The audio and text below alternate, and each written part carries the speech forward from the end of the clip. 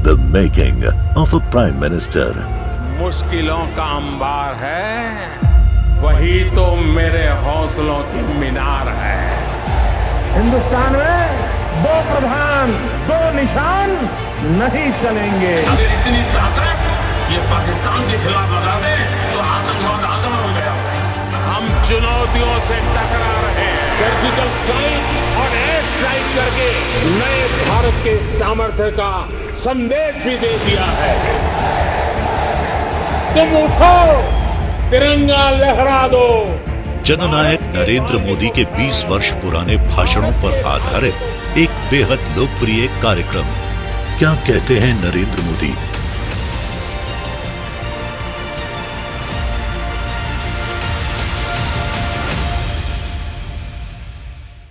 नमस्कार, मैं हूं आपके साथ मीमांसा मलिक। हमारे खास प्रोग्राम क्या कहते हैं नरेंद्र मोदी में आज हम आपको सुनवाएंगे पीएम मोदी का वो ऐतिहासिक भाषण जो उन्होंने 7 अक्टूबर 2011 को गुजरात के अहमदाबाद में दिया। एक कार्यक्रम के दौरान मोदी ने कहा कि विकास के लिए ह्यूमन रिसोर्स डेवलपमेंट पर बल देना बेहद जरूरी है। जिसने अलग इनोवेशन कमीशन बनाया है और हम चाहते हैं इनोवेशन को प्रमोट करना और लोगों को हम इनवाइट करते हैं कि आपके इनोवेशंस को इस इनोवेशन कमीशन तक ले आएंगे। एक्सपर्ट लोग उसको देखेंगे और सरकार आपके इनोवेशन को मदद करेगी, सपोर्ट करेगी और इस पर हम प्रोडक्ट लेवल तक जा सकते हैं तो गवर्नमेंट पूरी तरह आपके साथ खड़ी रहेगी। ये इनिशिएटिव गुजरात ने लिया है। कुछ इनोवेशन सामाजिक जीवन में हुई है, जैसे एजुकेशन सिस्टम में कई टीचर्स ने अपने आप नए नए इनोवेशन किए। हमने इसको अभी एक छोटी किताब के रूप में भाग में लाए और हम चाहते हैं कि उसको लिखने का कैसे करें, हम लोगों तक कैसे पहुंचाएं, उस दिशा में हमने काम शुरू किया। हमने और एक काम शुरू किया है। श्री नारायण मूर्ति के नेतृत्व में हिंदुस्तान का पहला एक incubation centre, world class incubation centre हमने प्रारंभ किया है, आई क्रिएट। इस आई क्रिएट में क्या नेतृत्व श्रीमान नारायण मूर्ति जी करने के लिए स्वीकार किया है। जो नौजवान रिसर्च करेंगे और हर रिसर्चर के पास फाइनेंशियल रिसोर्स नहीं होते हैं, वो तो बेचारा फकीरी में होता है, उसे मदद चाहिए। अगर उसको इंफ्रास्ट्रक्चर मिलता है, मदद मिलती है, लैब मिलती है और उसको सपोर्ट के लिए और अगर सारी व्यवस्थाएं जो चाहिए अगर मिलती है तो अगर उसके अंदर टेम्परामेंट पड़ा है तो दुनिया को बहुत कुछ दे सकता है। और इसी को लेकर के इस बात को प्रमोट करने के लिए, इस टैलेंट को प्रमोट करने के लिए, इस प्रकार के साइंटिस्टों को प्रमोट करने के लिए उन्होंने जो रिसर्च किया है उस रिसर्च को सस्टेन कैसे करना उस पर काम करने के लिए ये आई क्रिएट नाम का एक इंक्यूबेशन सेंटर नारायण मूर्ति के नेतृत्व में हमने गुजरात में प्रारंभ किया है। वो आने वाले दिनों में बहुत सारे मिरेकल करेगा, ऐसा मेरा पूरा विश्वास है और उस दिशा में हमने काम किया। गुजरात सरकार ने वेंचर कैपिटल के लिए फंड अलॉट किया है कि जो लोग इस रिसर्च के क्षेत्र में आए हैं, कुछ इनोवेशन किया है, अगर आर्थिक कारणों से उस बात को आगे नहीं चला सकते हैं तो गुजरात सरकार खुद वेंचर कैपिटल में उसको फाइनेंशियल मदद करती है। और उसके कारण मैंने देखा है आज गुजरात में कई ऐसे नौजवान हैं कि सरकार की इस धनराशि की मदद से उनकी जो टैलेंट थी उसका उपयोग करते हुए बहुत सारा अपने जीवन को काफी आगे बढ़ाया है। एक सफल उद्योगकार के रूप में, सफल उत्पादक के रूप में वो आज हमारे सामने प्रस्तुत हुए हैं और वो काम कर रहे हैं। मित्रों, कभी कभी छोटे छोटे आइडियाज होते हैं जो काफी कुछ व्यवस्थाओं को बदल देते हैं। अब देखिए, इन दिनों चारों तरफ जमीन जमीन जमीन के चारों तरफ खबरों के केंद्र में रखी जाती है। अब गुजरात रेडिएशन के कारण सोलार की दुनिया में बहुत कुछ कर सकता है, हम उसका फायदा उठा सकते हैं और हम सोलार एनर्जी के क्षेत्र में आगे बढ़ना चाहते हैं। ग्लोबल वार्मिंग के सामने जो कि संकटों को लेकर के दुनिया चिंतित है, हम कुछ इसमें पॉजिटिव कंट्रीब्यूट करना चाहते हैं। अब हमने एक सोलार पार्क बनाया, दुनिया का सबसे बड़ा सोलार पार्क गुजरात की धरती पर आकार ले रहा है, आने वाले दिनों में दुनिया के सामने प्रस्तुत होगा। लेकिन एक नया विचार आया हमारे मन में, उस नए विचार को हमने लागू करने का प्रयास किया है। गुजरात के पास सरदार सरोवर कैनाल ये दुनिया की लॉन्गेस्ट कैनाल है। सरदार सरोवर डैम से जुड़ी हुई हमारी कैनाल ये दुनिया की लॉन्गेस्ट कैनाल है।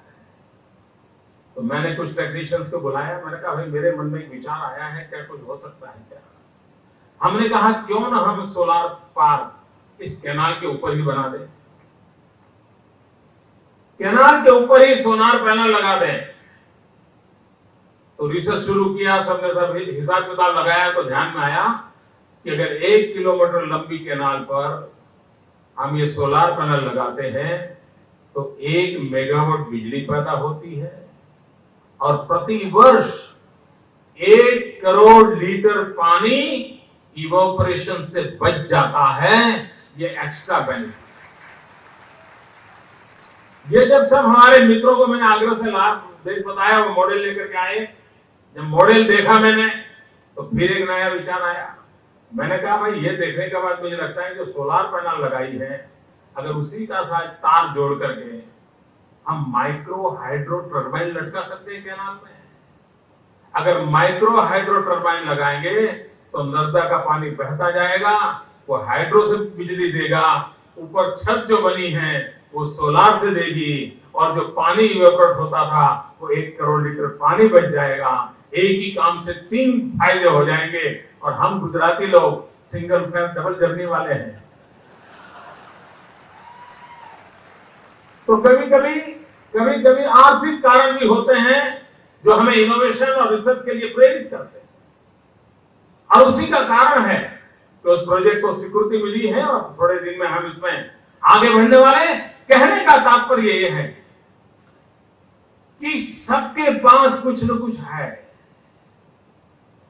उसे जानना, पहचाना, जोड़ना, उस दिशा में हम कैसे आगे बढ़े। मित्रों, विकास की परिभाषाएं बदल रही है। कौन शहर बहुत विकसित है, कौन शहर विकसित नहीं है, उसके पैरामीटर किसी जमाने में क्या थे। पर कैपिटा इनकम सोची जाती होगी, सफाई कैसी हो सोची जाती होती, ग्रीन एरिया कितना है, रेजिडेंशियल एरिया, ये सारे पैरामीटर से देखा जाता होगा। मित्रों, वक्त बदल चुका है। मैं देख रहा हूं कि आने वाले दिनों में शहर अच्छा कौन सा है और शहर अच्छा कौन सा नहीं है, उसके पैरामीटर में एक महत्वपूर्ण पैरामीटर ये आने वाला है कि शहर ने कितने पेटेंट करवाए, ये मानदंड बनने वाला है। यानी उस शहर में रिसर्च की टेम्परामेंट कितना, वो यूथ पावर क्या नई रिसर्च दुनिया को दे रहा है, और जहां पर ज्यादा पेटेंट रजिस्टर होते होंगे शायद उस शहर को आगे माना जाएगा। वो दिन दूर नहीं है। और इसलिए हर शहर को, हर राज्य को रिसर्च को, पेटेंट को इस दिशा में विकास करने के लिए प्रेरित करने की व्यवस्थाओं को सोचना पड़ेगा। अगर हम नहीं सोचते हैं तो हम पिछड़ जाएंगे। मतलब हम कहते हैं कि 20वीं सदी हिंदुस्तान की सदी, भारत की सदी किसके हाथ में है? युवाओं के हाथ में। दुनिया का सबसे युवा देश है हमारा। आज कहीं यूरोप जाइए, कहीं चौराहे पर खड़े रहिए, वहां लोग जाते होंगे, देखिए आपको युवा को खोजने में घंटे लग जाएंगे। बूढ़े बूढ़े लोग जा रहे हैं, बूढ़े लोग जा रहे हैं। किसी जमाने में उनका समय था, सब युवान थे, हम वृद्ध थे। आज वक्त हमारा है, चक्र बदल करके यहाँ आया है, हम युवा है। लेकिन युवा होने के मात्र से हम देश दुनिया पर सर्वश्रेष्ठ नहीं बन सकते जब तक हम युवा की उस शक्ति को, और विश्व में आने वाले दिनों में टेक्नोलॉजी बहुत बड़ा मैटर करने वाली है। आज चाइना को एक शक्तिशाली राष्ट्र के रूप में उभरता हुआ लोग कहते हैं। उसकी सैनिक शक्ति की चर्चा होती है। उसकी सैनिक शक्ति की चर्चा किस बात पर होती है? क्या कितना मैन पावर सेना में यूनिफॉर्म पहन करके खड़ा है उसके आधार पर कहती है? कितनी बटालियन उन्होंने जमा करके रखी उस पर कहती है? नहीं। अब सैन्य शक्ति का आधार कितना मैन पावर आपके फोर्स में है उस पर नहीं है। आपके पास मोस्ट मॉडर्न लेटेस्ट टेक्नोलॉजी वाले वेपन कितने हैं, इक्विपमेंट कहते हैं, और आप किस प्रकार से दुनिया का सबसे बड़ा संहार करने का सामर्थ्य रखते हो, और किस प्रकार से आप अपनी रक्षा की व्यवस्था के लिए टेक्नोलॉजी में कितने कैपेबिलिटी है, उसके आधार पर तय होता है कि कौन देश सशक्त है। इसका मतलब ये हुआ कि टेक्नोलॉजी ने जीवन के सारे मानदंडों का आधार मान लिया है। और अगर हम इस बात को स्वीकार नहीं करते तो दुनिया हमें सवाल पूछेगी, हम पिछड़ जाएंगे।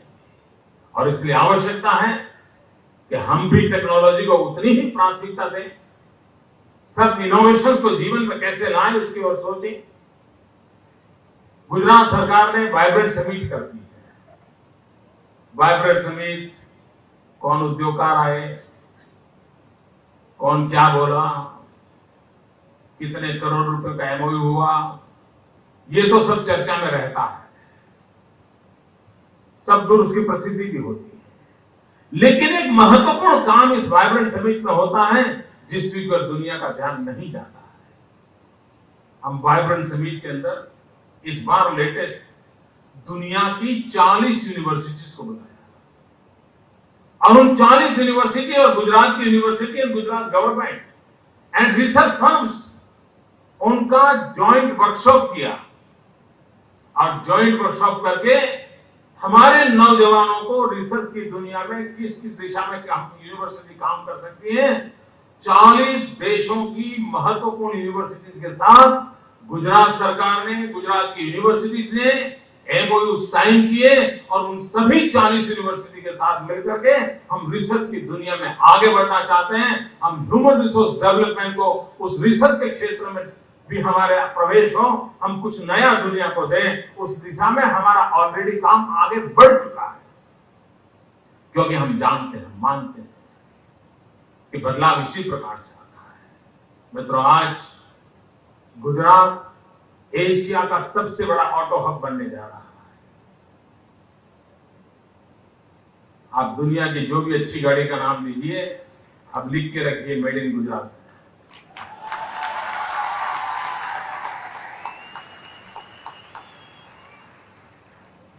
वो दिन दूर नहीं है दोस्तों।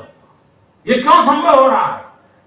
ये संभव हो रहा है कि हमारे यहां जो टेक्नोलॉजी का टेम्परामेंट धराने वाला यूथ है, उस पर हमें भरोसा था कि हम वो मैन पावर प्रोवाइड करेंगे कि कोई भी उद्योगकार आएगा, कोई भी नई प्रोडक्शन करना चाहता है, वो अपने कॉस्ट बेनिफिट के साथ दुनिया को कुछ दे सकता है।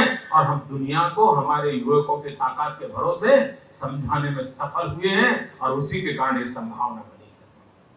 चीजें बदली जा सकती है, चीजों को आगे बढ़ाया जा सकता है। अब गुजरात और ह्यूमन रिसोर्स डेवलपमेंट, ये इन चीजों की होती है। अगर हम ह्यूमन रिसोर्स डेवलपमेंट पर बल नहीं देते हैं तो हम चाहे कितने भी कारखाने लगाए वो बीसीपीटी व्यवस्था से चलेंगे।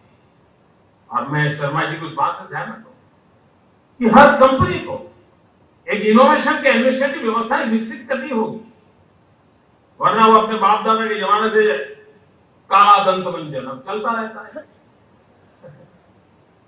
अब नई पीढ़ी को खोज करे तो कोई नया आएगा। तो ये इनोवेशन हर क्षेत्र में आवश्यक है। और अगर कंपनियां भी अपने मुनाफे के लिए वो चाहेगी तो होगा जरूर, तो कर सकते हैं और अच्छी भी बात होगी कि उसके कारण उसको बल मिलेगा। हम चाहते हैं ह्यूमन रिसोर्स डेवलपमेंट पर बल देना और उस दिशा में हमने लगातार कोशिश की है।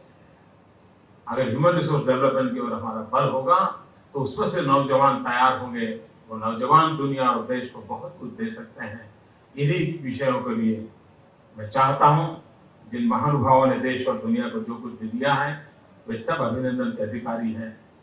उनको आज शायद मंच पर आने का सौभाग्य मिला होगा, लेकिन जिंदगी की पूरी जवानी उन्होंने एक लैब के अंदर खपा दी होगी, तब जाकर के आज मंच तक पहुंच पाए होंगे।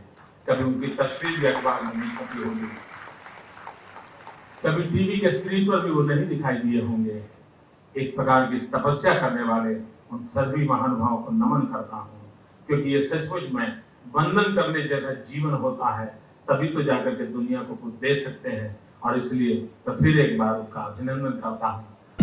The making of a Prime Minister. मुश्किलों का अंबार है, वही तो मेरे हौसलों की मीनार है। हिंदुस्तान में दो प्रधान, दो निशान नहीं चलेंगे। अगर इतनी ताकत ये पाकिस्तान के खिलाफ लगा दे तो आतंकवाद आसान हो गया।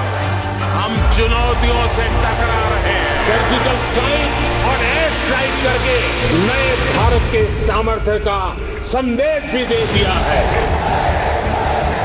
तुम उठो, तिरंगा लहरा दो। जननायक नरेंद्र मोदी के 20 वर्ष पुराने भाषणों पर आधारित एक बेहद लोकप्रिय कार्यक्रम क्या कहते हैं नरेंद्र मोदी।